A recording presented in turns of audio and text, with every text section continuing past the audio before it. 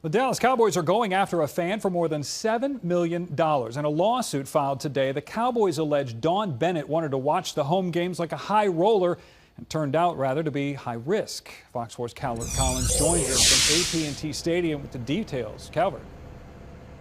Well, Brandon, they are the most expensive and coveted seats inside AT&T Stadium, and Dawn Bennett's luxury suite is on the Hall of Fame level here on the west side of the stadium. She pays $500,000 a year to rent it. Well, she did until last year, so the Dallas Cowboys won't let her use it until that balance is paid, plus what's left on her lease agreement.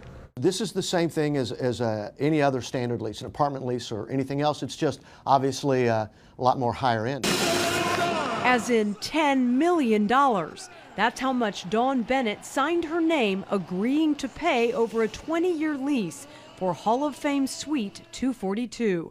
This is a virtual look of that suite in the west end zone. The lawsuit states Bennett paid the $50,000 security deposit in November of 2007 when she signed the lease. Then from 2008 to 2012, she paid the annual fee of $500,000. But last year, she paid less than half, only $200,000, followed by nothing this year. She personally signed the lease.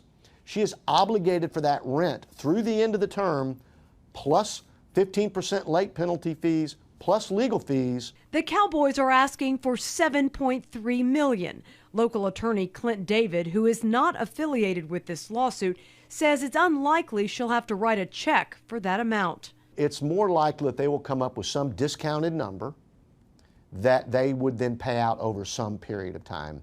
It's if they can reach a settlement and if this tenant has the financial wherewithal to pay it. Who is Dawn Bennett? She runs Bennett Financial Services Group in Washington, D.C. The company's website says it provides investment advice and services to all kinds of clients, including here in Texas. She also hosts a weekly radio show called Financial Myth Busting. I'm sure it is a situation she wishes wasn't occurring.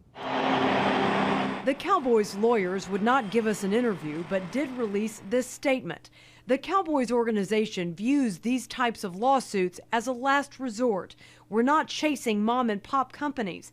Signing up for multi-million-dollar luxury suites is big business. The individuals and businesses that enter into these agreements knew what they were doing. Well, I called Ms. Bennett's office in Washington, D.C. this afternoon and spoke to her assistant, who knew nothing about this lawsuit. It was filed this afternoon, and I did not receive a call back from Ms. Bennett nor her attorney. Brandon?